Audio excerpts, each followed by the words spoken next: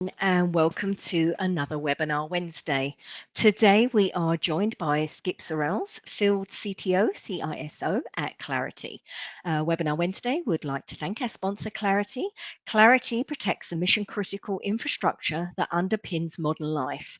The AI-powered Clarity platform serves as the single source of operational truth, providing the deepest visibility and broadest protection across cyber physical systems, leveraging 5 core solutions: asset inventory, exposure management, network protection, secure access, and threat detection.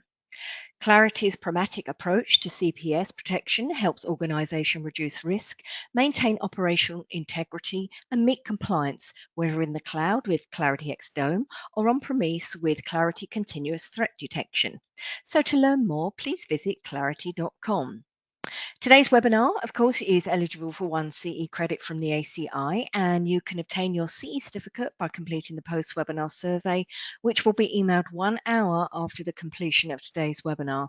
You must complete the survey to receive your 1 CE credit, and you'll be able to download the certificate directly from your computer once the survey is submitted. If you have any questions, you can reach us at webinar@mdpublishing.com. There's still time to join us for our HTM Mixer Northwest, which is being held at the Hyatt Regency Bellevue Hotel in Seattle, Washington. And that's this Friday, so that's July the 31st and August the 1st. Mixers are a smaller, less crowded event, but still provide valuable continuing education, networking, and vendor engagement opportunities. So don't miss out. So please go to htmmixer.com for more information and registration details. Also, just a quick plug for Fall MD Expo. Please save the date. We are heading to the Rose and Shingle Creek Hotel in Orlando, Florida from October the 13th to the 15th. Join us for 3 days of education, networking, and the latest advances in medical technology products and services. For more information and registration details, please visit mdexpo.com. Okay, let's kick off today's webinar by giving away a Swiss Force Meister multi-tool. So using the questions icon on your screen, let me know the answer to the following trivia question. Clarity, our sponsor today, is headquartered in New York. So which country gifted the Statue of Liberty to New York? I'll reveal the answer and our winner at the end of the webinar. We'll be wrapping up today's presentation with a live Q&A, so please submit your questions anytime using the questions feature on your webinar screen. As I mentioned earlier, our presenter today is Skip Sorrells. So Skip, you may begin whenever you're ready. Thank you. Welcome everyone. When we talk about clinical engineering and biomed professionals, you quite frankly already know the daily tightrope walk, protecting patient safety at all costs, even while resources get tighter and tighter. You can't imagine what you can't see, but in connected healthcare environments, seeing all the devices you manage can be difficult without the right tools. Clinical engineering teams are responsible for uptime, but it's impossible to get real-time information on your medical devices if your asset inventory is a manual spreadsheet-driven process. When it comes to time to advocate for new equipment, that manual spreadsheet-driven process does you no favors. It can be incredibly frustrating to know your team needs the budget, but lack the objective data to easily prove it to leadership. Meanwhile, your floor staff are spending precious time playing hide and seek with the devices. Today, we're going to talk about how to take that pressure off your shoulders. We will explore how medical device telemetry can do the heavy lifting for you, turning passive data into the clear, undeniable insights you need to shift from putting out fires to running a smooth, data-driven operation. Today's agenda: how medical device telemetry solves the logistical, financial, and administrative headache of managing them. We'll go through some customer success stories, and we'll have time for Q&A. So this brings us to a huge daily pain point: finding the equipment. Right now, clinical engineering teams are forced to waste up to 20% of their shifts wandering the hallways and checking closets for devices that aren't in the CMMS where they say they are. No problem, you say, we have RTLS. Real-time location systems are often an incredible advancement, but it comes with a hardware tax. You have to physically find the medical device, attach a tag to it, and maintain the tag's battery. When it comes to location assistance, network telemetry doesn't have to compete with your RTLS system. It complements it. By leveraging network infrastructure data and tracking devices on the Wi-Fi network, you get the best of both worlds. You can narrow your search to a specific floor and wing by seeing exactly which wireless access point a device is connected to. And if an asset is entirely missing, you can get an instant alert the moment it reconnects to the network, allowing you to recover it before the trail goes cold. This not only helps save costs on the RTLS tags, it empowers the biomed team to map and locate devices directly without constantly having to ping cyber to find out where something is. This means your teams will spend less time in the hallways and more time at the bench, ultimately ensuring that when a clinician reaches for a device, it's there, it's safe, and it works. The added bonus is using device location to replace labor-intensive audits with automated discovery that understands the proprietary medical protocols. A huge component of what helps to save millions is going from just-in-case to just-in-time planning. Often, we might refer to it as the hoarding tax. And anyone that works in healthcare organizations knows what I'm talking about. I can say this because I used to be a nurse and I was guilty of this.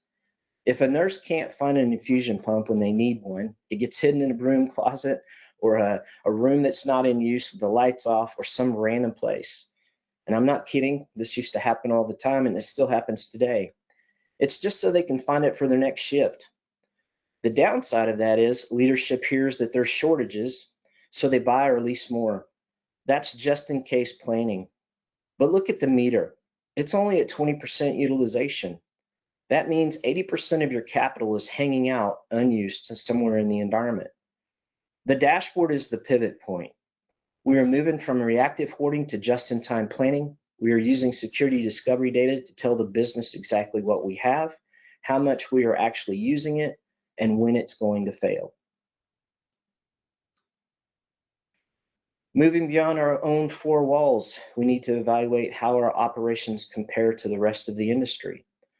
By benchmarking your facility's device utilization rates, like exam counts, operator history, overall uptime, against cross-industry standards, we can easily pinpoint exactly where we were over-provisioned. For example, if we realize our infusion pump fleet is only being utilized about 15% of the time, we know we have a surplus. Armed with this robust historical usage data, we can confidently justify capital planning decisions to leadership. We can stop unnecessary procurement and maximize the healthcare delivery by redeploying assets we already have.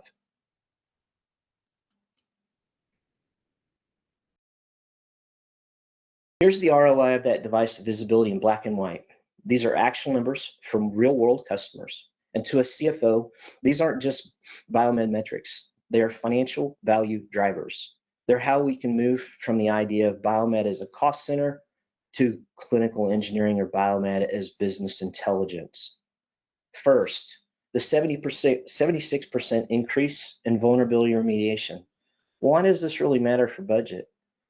Well, because in the past, patches were being applied to vulnerabilities that may not even have been high enough risk in our specific environments. And other high-risk vulnerabilities that did exist may have been missed by the tools we were relying on. So what we're really talking about is taking PLCs, which is an operational technology, or life-saving medical devices offline to patch something that may not have even been a threat. By using real-time visibility to prioritize only what matters, we protect the uptime of the business, its clinical operational resilience. The logic here is that we're stopping security from being a bottleneck to production. The 60% reduction in risk management time on medical devices, this is about headcount optimization. Instead of asking for more engineers to audit spreadsheets, I'm showing them how I made the team 60% more effective. The logic in this scenario is we're scaling the mission without scaling the payroll. The $13 million identified in replacement cost. This one is definitely my favorite as a budget lever. This customer found $13 million in medical devices that were end of life and high risk. You don't take this to the CFO as a security problem though. You take it as a capital expenditure plan. Using your security data and business intelligence to anticipate when these devices will need to be replaced, you can give the CFO a long-term plan to be ready to replace these assets instead of being caught unaware, having the asset fail, and losing thousands of dollars a minute. The logic in this use case is we're moving from emergency spending to planned investment. And finally, the $250,000 saved per year in licensing. This is a direct self-funding play. This customer identified tools that weren't seeing the physical space nor the operating system, and they turned them off.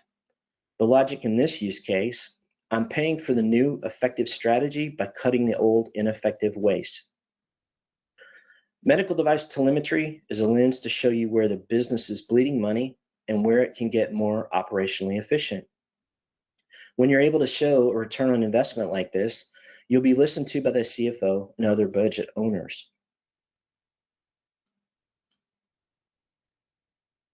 And finally, we need to address accountability and shared responsibility.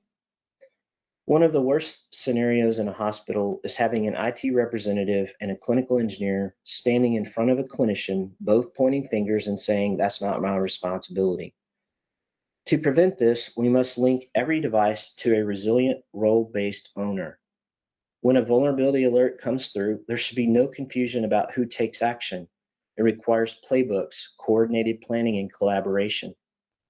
By establishing clear workflows and ownership of asset data between IT, security, and clinical operations, we ensure that critical actions like exposure responses, maintenance, certificate renewals don't stall out, even when there is a staff turnover.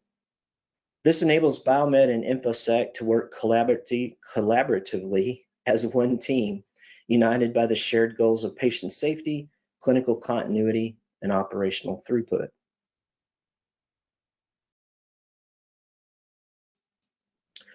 We'll jump in and talk about some customer success stories. These are real-world examples of customers that have leveraged this location telemetry capability to improve their outcomes.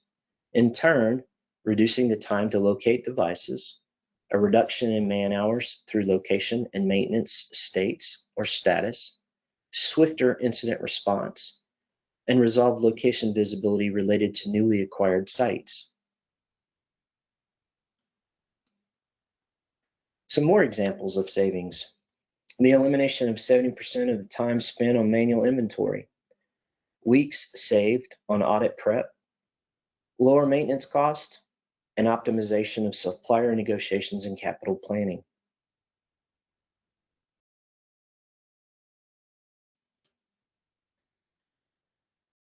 So I'm going to tell a story about my former organization and how we leverage this telemetry to save millions of dollars. At my former organization, we took the stance that we knew we had end of life and end of support devices, and we also took a stance that we were probably over provisioned on infusion pumps.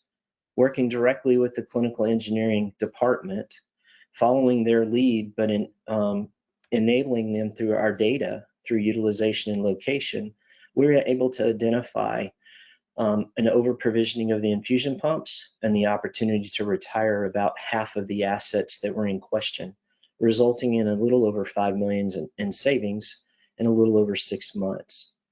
In addition, I got a call one day from an organization looking for an expedited security procurement approval for a CT scanner.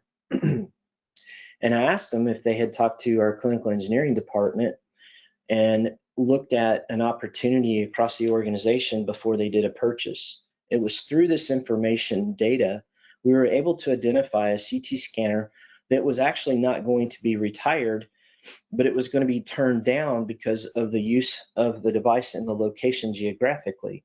We actually unbolted that CT scanner and shipped it across the country to the new location and saved the organization a little over $1 million.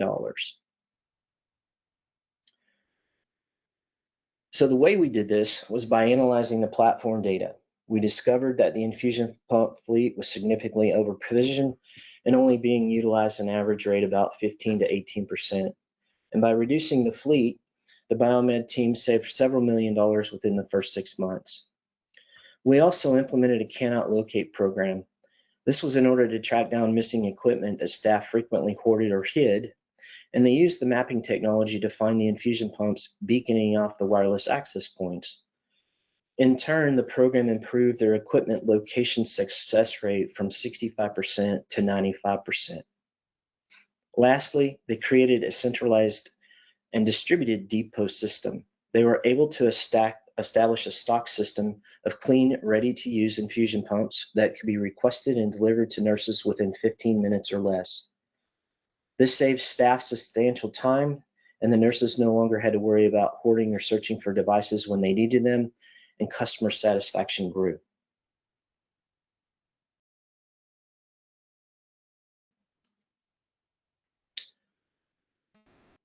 Quick presentation. I guess we'll move to questions and answers at this point.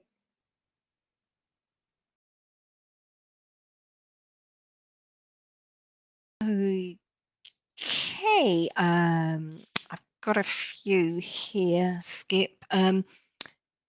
The first one is asking, how granular is the Wi-Fi access point triangulation for locating small devices like infusion pumps or telemetry transmitters? It's actually fairly accurate. Based on the projection of the signal from the wireless access points, it's usually within 100 feet of the wireless access point. In addition to that, due to the mapping capabilities that we have in our platform, we're able to show the clinical engineering staff or anyone that wants to know where a Wi-Fi attached device is within the hospital, the building, the floor, and department within 100 feet of the wireless access point. So it's pretty accurate. Okay, so how does network-based telemetry handle assets that are powered off or disconnected from the network compared to traditional active RTLS tags? So I think the difference there is we're able to know whether a device is online or offline. But the benefit of having that capability is that if we're unable to locate a device, we see that it has been online in the past but is now offline. We can create an alert so that as soon as it comes online, a ticket is generated or a notification is generated to a department or an individual that is looking for the asset. In turn, they can go into the platform, look at the map, find the physical location, go retrieve it, go to it, perform preventative maintenance, whatever is necessary. Okay, another question here that's popped up. How seamlessly does this platform integrate with standard CMMS platforms, something like, Nuvolo or AIMS, to automatically update asset locations, sync role-based ownership, and trigger preventative maintenance work orders without a manual data entry? Actually, fairly easy. Most of our integrations with regard to CMMS systems are API based. And in most cases, they're bidirectional. So through our API, the CMMS ingests information, enriching the data and fidelity of the asset detail. We're also able to do a reconciliation and look at what's on the network, on the wire, versus what's in the CMMS, allowing the biomedical or clinical engineering teams to reconcile that data, improve the fidelity within the CMMS, and maintain the integrity of the data governance over time. The bidirectional nature of it also sends information back into our platform, things like end of life, end of support, a device that's leased versus purchased, a device that is requiring maintenance. So when we talked earlier about knowing the status of a device as you go to it on the floor, often that information comes from the integration between the CMMS and our platform, creating better workflows and more efficiencies as the technicians hit the floor. Okay, another one here is when security data highlights a critical vulnerability on a life safety medical device, what specific framework do you recommend to resolve conflicts between InfoSec wanting to patch immediately and biomed needing to maintain clinical uptime and FDA compliance and validation? I think that goes back to the RACI and a predefined plan that creates accountability within the playbook. So security is going to be hot to take that thing offline and get it patched, but it has to be a coordinated effort. Coordinated effort meaning often a clinical engineer has to go to the floor, be by the asset, determine it's not in use with a patient, not going to affect patient care, and then coordinate back with the IT staff or perform the patch or maintenance themselves, making sure the device comes back online, that it's functioning appropriately before it's put back into patient use, and closing the loop by communicating back to IT and or security that their work and remediation has been completed. In addition, there would be communication to the clinical staff that's probably waiting to use the asset or device to ensure that they're aware that it is available or it's not, and work to create a backup plan or bring another device in, or try to work on rescheduling patient throughput.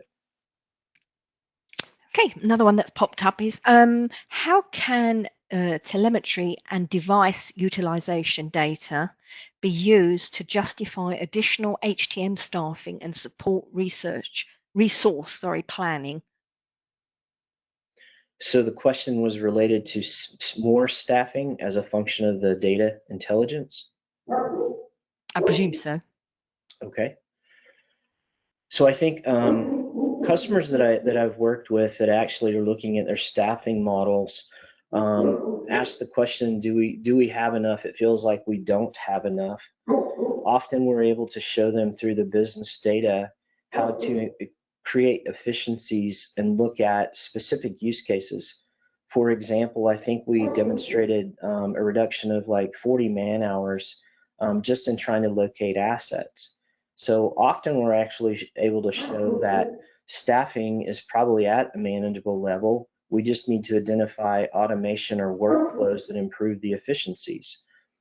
On the flip side of that, there have been conversations with organizations where they definitely know that they're understaffed, and it's a function of understanding the workflows that they have to maintain in conjunction with the amount of data, the amount of devices they have. Often organizations don't realize the magnitude of their inventory, and through the visibility that we're able to provide, they're able to give a better accounting of device to human ratios regarding staffing plans. Okay, we haven't actually got any more questions popped up, Skip. Is there anything else you need to add? I think the thing that I would add here is when we're talking about our platform, often it's misinterpreted as just a cybersecurity tool. The key takeaway that I had in using the platform for over 6 years was that it became a business intelligence tool. And the capability of the data surpassed any other IT tool that we had in the organization.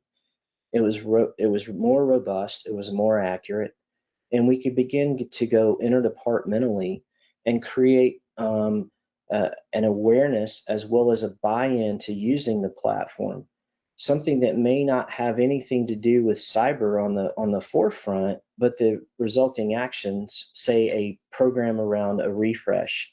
Refresh does what it says. It replaces devices, which means it brings them up to a more current state. And overall, the derivative is a reduction in risk over time as that refresh occurs.